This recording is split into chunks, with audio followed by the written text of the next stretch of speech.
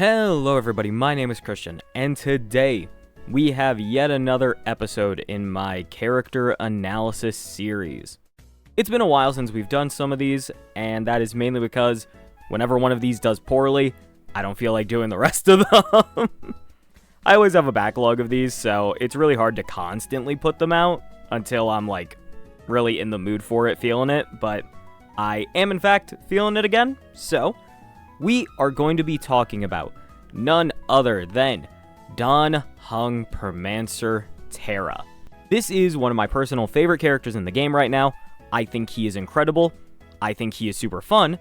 And most importantly, this one specifically was recommended by one of my friends, shoutout Leia, so we're gonna knock it out. Make sure to like, comment, and subscribe, join our Discord down below, and if you want to suggest one of these videos in the future, become a member today. Alright, with that said, let's get into it. Alright, so for those of you who have watched these videos before, you kind of know the drill by now. I am going to talk about all of Dan Heng's skills and abilities. Then I'm going to talk about why I think Dan Heng PT is a very unique character, why I personally like him. Then we will move on to how to build Dan Heng PT, best relics, best light cone, and best performing teams. If you are somebody who is already familiar with how Dan Heng PT works, I'd recommend skipping to a bit further into the video so that you can get to the content that will probably be more interesting for you personally. With that said, we're gonna get straight into it. Let's pause real quick and take a brief word from our sponsor, LD Shop.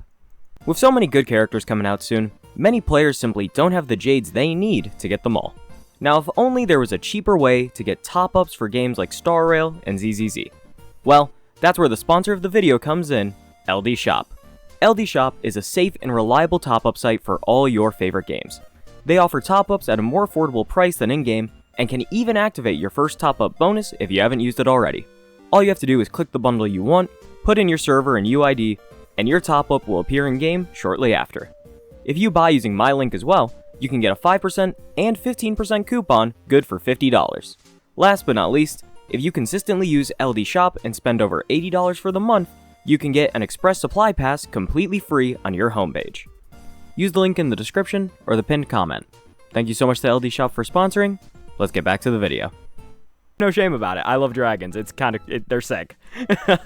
We'll get more into Soul Dragon soon, but this is incredibly important to note that this summon counts as the character summon, not Dan Heng PT summon. You can do some absolute BS with this, and it is amazing and part of why I like him so much. But again, we'll move on to his ultimate. A Dragon Zenith knows no Ru. This will deal physical damage equal to 300% of Dan Heng PT's attack to all enemies, and it will once again provide a shield. Then, Soul Dragon will become enhanced upon using this ultimate. When Soul Dragon takes action, it'll launch a follow-up attack, dealing physical damage to all enemies equal to Dan Heng PT's attack, and additional damage of the Bondmate's type to all enemies, once again equal to the Bondmate's attack. This enhancement lasts for 2 Soul Dragon actions. This is incredible. And it's not the highest damaging thing. This isn't a Tribby follow-up. This isn't Little Ika eating worlds. This isn't the same thing. It's nowhere near as strong. However, it is still nice additional damage that can actually be impactful in some way, shape, or form to clear out small mobs, to trigger something like Kafka's follow-up attack, Fei Xiao follow-up attack. This is amazing for follow-up attacks, I should mention, because it itself is counted as a follow-up attack. That is a very, very nice and specific change that can be of great impact for a few characters, and also damage is damage, like I was saying earlier. I really enjoy this. It would have been nice if somewhere in the kit they gave Dan Heng PT 100% crit rate, especially since we've given out such massive crit rate bonuses to characters recently. Evernight has a crit rate bonus, Avon has one, Cypher has one, Ceridra and Hysim both have 100% crit rate. I assume it was because he is a free character, so everyone has access to him. Giving them that sort of power for absolute free probably isn't the best thing for your sales, I would imagine. Either way, I wish it was like that, but it isn't. Oh well. All in all, this is still an incredibly cool ultimate and talent combination, and really, this is in possession of one of the coolest animations in the game, in my opinion. The way Soul Dragon crashes down into the floor to do its damage looks amazing. And I know that animation quality has improved a lot from 1.x and even 2.x, but man, the love that they put into these things is phenomenal. I just want to say that. Let's skip ahead a little bit before I keep rambling. There is one thing I want to make note of about DHPT's technique. Earthrend. This will daze enemies. That's cool and all. The most important thing is that it will grant bondmate upon entering battle. Whichever ally triggers combat is the one who will get bondmate. So this is why I was saying you may never have to skill with DHPT, and it is because you can just set up bondmate right at the start of battle. Very, very helpful. I absolutely love it. It turns him into just an SP machine, but overall, very, very nice little ability that they've given him. And the nice thing is that if you have a character who needs to use their technique to start battle, but it's not your main DPS, you can just skill at the start of battle to get bondmate onto somebody else. You don't lose anything at all. So I like it a lot. Now we can get on to the major traces. I do not know how to pronounce any of these. I'm gonna be fully honest. I'm gonna do my best. First up is Empyreanity. When using skill, increases attack for the target who has become bondmate by an amount equal to 15% of Danhung Terra's attack. This is incredibly helpful. We are going to talk about this later. Next up, Sylvanity. When combat starts, DHPT advances action by 40%. When the bondmate uses an attack, Danhung will regenerate 6 energy, and Soul Dragon will action advance by 15% every single time there's an attack thrown out by the bondmate. Incredibly helpful for fast characters, as you would expect. I love this one so much. Soul Dragon, man. Soul Dragon is a drug, and I am all in. And last but not least, Sublimity. I guess. When Soul Dragon takes action, it will additionally provide a shield that can offset damage yet again. Then, when the enhanced Soul Dragon takes action, it will additionally deal 1 instance of damage of the bondmate's type to the one enemy target whose current HP is the highest, and this is equal to 40% of the bondmate's attack. Super nice. And by the way, this is what really makes it so that you never have to worry about scaling again, is that Soul Dragon, when taking action, will constantly refresh your shield. You are going to get up to a very high shield amount in most cases. Like, oh my god. You get up there fast. It is awesome. Like, you need to have a pretty poorly built Danhung, or you need to be getting absolutely cooked, or there is the rare case where you just move too fast and disintegrate your own shields. So yeah. Those are the things to watch out for, but this makes it so that you are really never in any fear of getting fucked up too hard. And now, we are going to move on to Eidolons. Like I always say, I know Eidolons are a premium. They are not a thing that everyone is going to be able to get, but understanding what they do and what they can do for you and your team, your account, is always going to be a positive in my opinion. That's why I like to include this section. Hey, you can always skip it if you want. So, let's start with E1, Shed Scales of Old. When DHPT uses ultimate, it will recover 1 skill point, and it will increase the bondmate's all-type res pen by 18% for 3 turns. This will be enough to get you yet another ultimate, by the way. You basically really need to fuck up. Like, you really need to fuck up to not have this back by the end of 3 turns in most cases. Either way, recovering 1 skill point is absolutely massive for your SP economy, especially since you will likely be getting a second ult in the same cycle. This can really do a lot depending on the team that you're running. I love it. Plus 18% raw damage increase, always going to be a benefit. E2, Watch Trails to Blaze. Oh my god, Trailblazer. Additionally increases the number of actions for the enhanced Soul Dragon from ultimate by 2. After DHPT uses ultimate, Soul Dragon advances action by 100%. When the enhanced Soul Dragon takes action, the additional damage dealt by the bondmate becomes 200% of its original damage, and the shield effect provided in this instance becomes 200% of its original shield effect. This is incredible. This is absolutely incredible. This is essential if you want to run really high-level follow-up teams. This is sick to have. I absolutely love this. And plus, getting to have your summon action advance by 100, similar to the Castrus E2 basically. Yeah, this is amazing to have, and it will do wonders for your sustainability and your damage output. There's nothing to complain about with E2, and it is a very, very powerful E2. Probably his best Eidolon, but that one might be up for debate. E1 is very high value for where it is. E3 and E5 are both just skill and talent upgrades. We will be passing over that. However, I do like the names. I like to read out the names. E3, Bear Weight of Worlds. E5, The Path of Permanence Sweeps Far. Next up, E4, by oath, this vessel is I. Reduces the damage taken by the bondmate by 20%. This is kind of mid. What do you expect? It's an E4. Last but not least, E6. One dream to enfold all wilds. When the bondmate is on the field, increases the damage taken by all enemies by 20%. When the bondmate deals damage, ignores 12% of the enemy target's defense. When Dan Heng uses ultimate, the bondmate will deal additional damage of the bondmate's type to all enemies equal to 330% of their attack. This is a phenomenal E6. This is really, really good. This is gonna have a lot of usefulness on teams where everyone is attacking, so something like follow-up. I cannot say enough good about this. It's an E6, of course, so that's hard to get for most players. I understand that. But hey, at least this is well designed and would actually be worth it if you got all the way up there. This is very nice.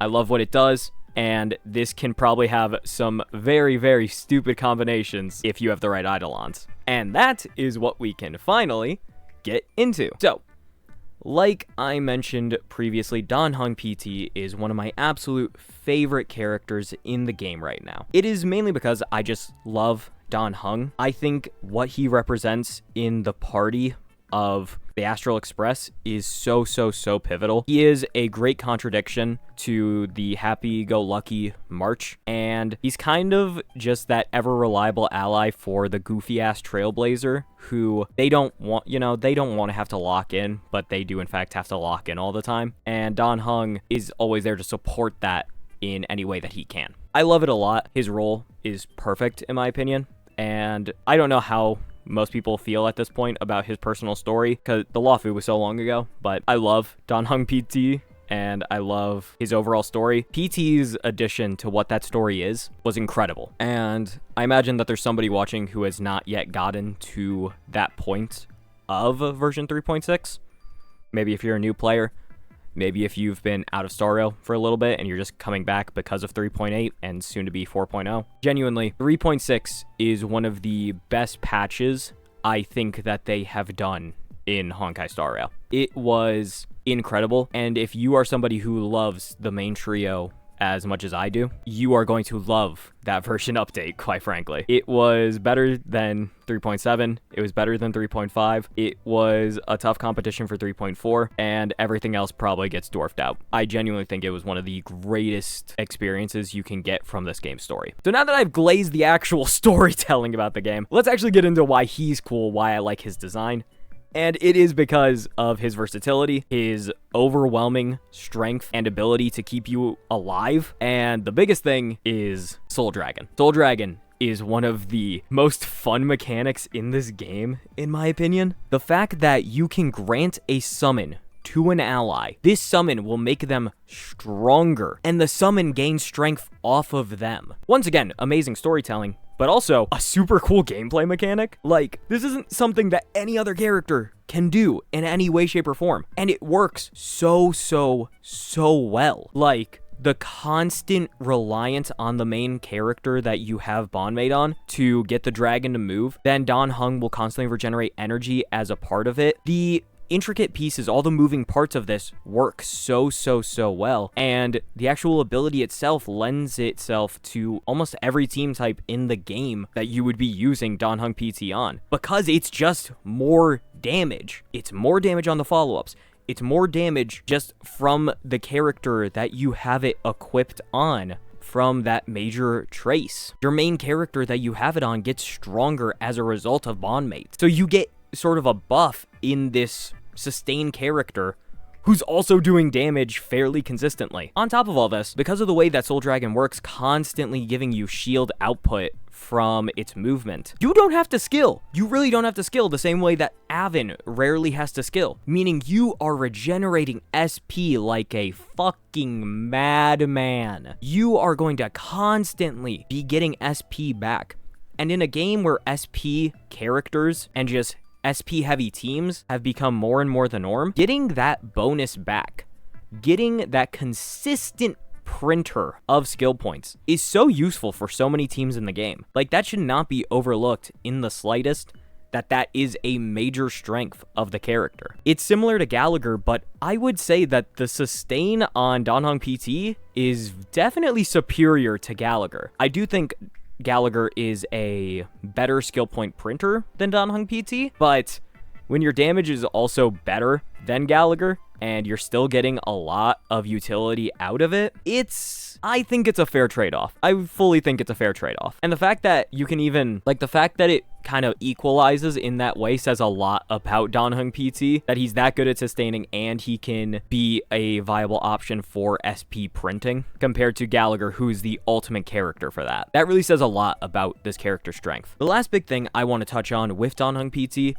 is probably my favorite aspect of his kit, which is his combo ability. You want Danhong PT and Sunday. Sunday will grant a damage boost to a character when they are action advanced, and it will basically double. It will over double if they have a summon. Meaning, put Bondmate on your main DPS and have Sunday run with them. You will have your character go, Sunday will action advance them, you get the Soul Dragon up, and you get your character back up with a higher damage boost than they would ever get normally from Sunday. This is an incredible combo that can revolutionize how certain characters play, how strong they are. It's amazing. I remember I did E0 S0 Saber with E0 S1 Sunday, E0 S1 Tribby, and I think I did some sustain. It might have been Fushuan. Either way, it took me 4 or 5 cycles to clear the Japard Fish MOC from a while ago. I put Danhong PT in the slot of whatever sustain it was. I dropped to 2 cycles, and it might have been able to be less because I'd never tried with E1 Tribby or E1 DDD Tribby. That is insane. That is genuinely insane how good that combo is. And it works for multiple characters. It can work for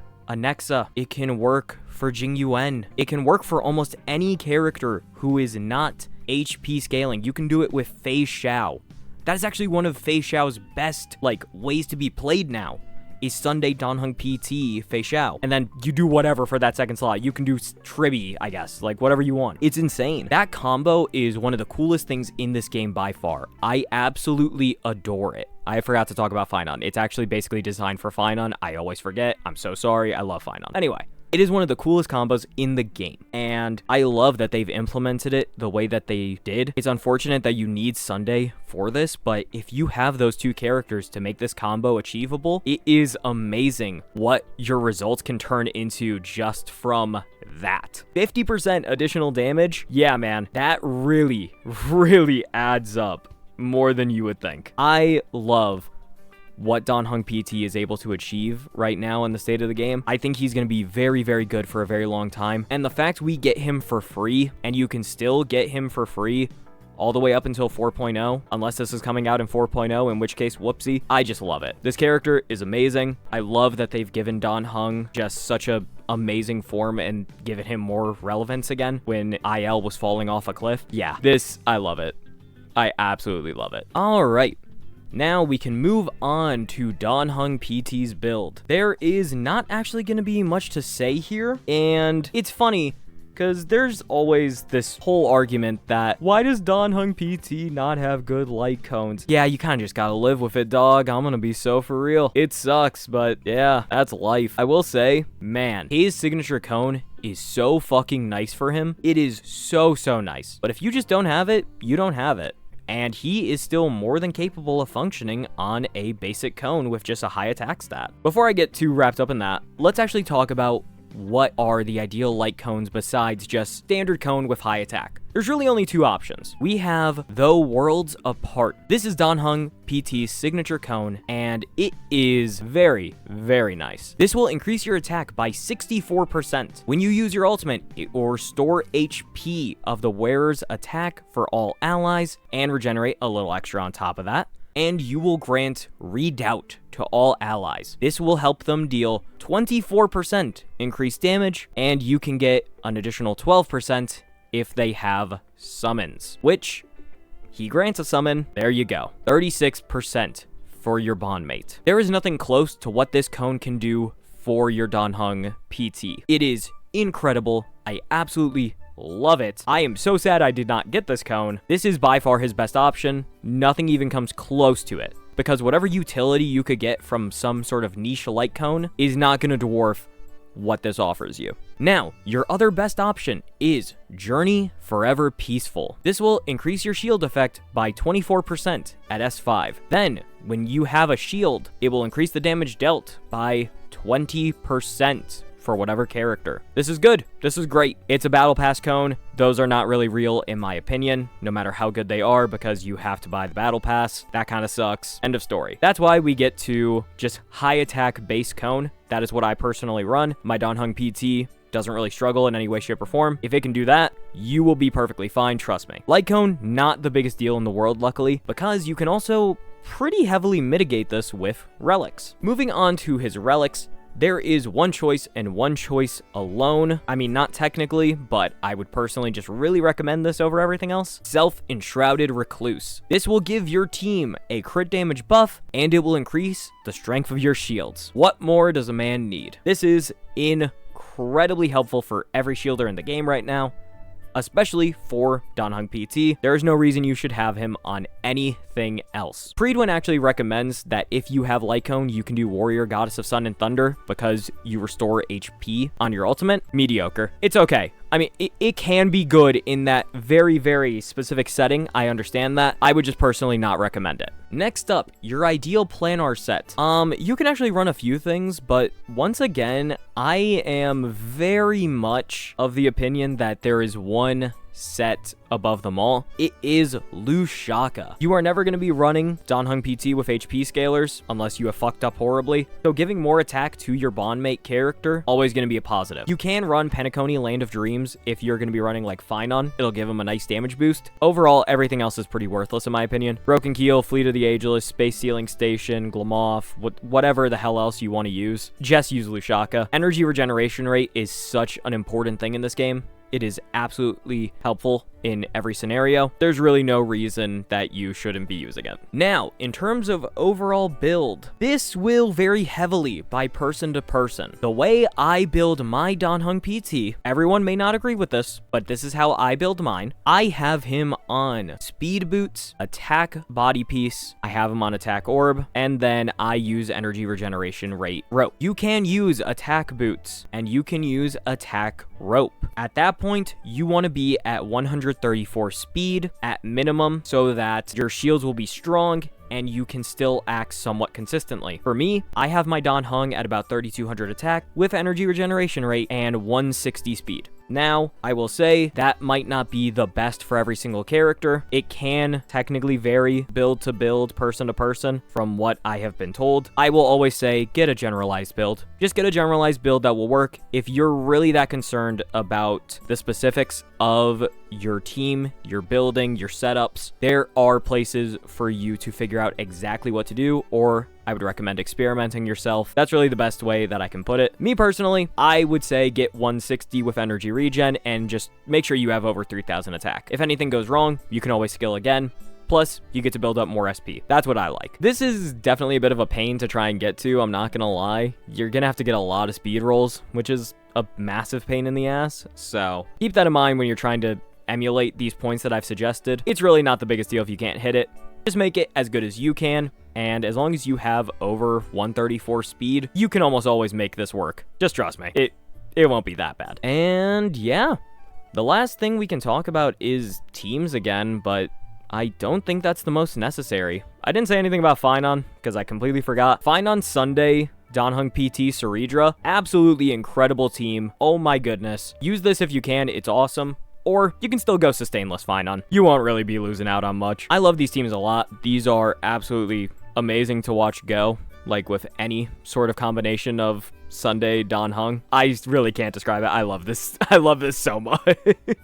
He's such a cool character, man. It's awesome. Yeah. I think that takes us to the end of the video. My goodness. That felt like it didn't take too long. How long did that take? 34 minutes. Not awful, chat. Not awful. We'll see how much the editor gets to cut out. My guess is going to be, I think this is going to be like 29 to 30 minutes. And if I have to add an add-in, then 31 minutes. We'll see. Either way, I really hope you guys enjoyed this. This was a lot of fun for me to talk about. I really love this character. I can't say it enough. I feel like I've said it enough, but I just keep going. He is a lot of fun, and yeah, I'm hoping that I will enjoy talking about our next few characters as much. I've got Rappa and Seela lined up. Seela will be getting a bit more of a special video, but that just means that the Rappa video will be out a bit faster, ideally. We'll see. Yeah, well, I hope you guys enjoyed.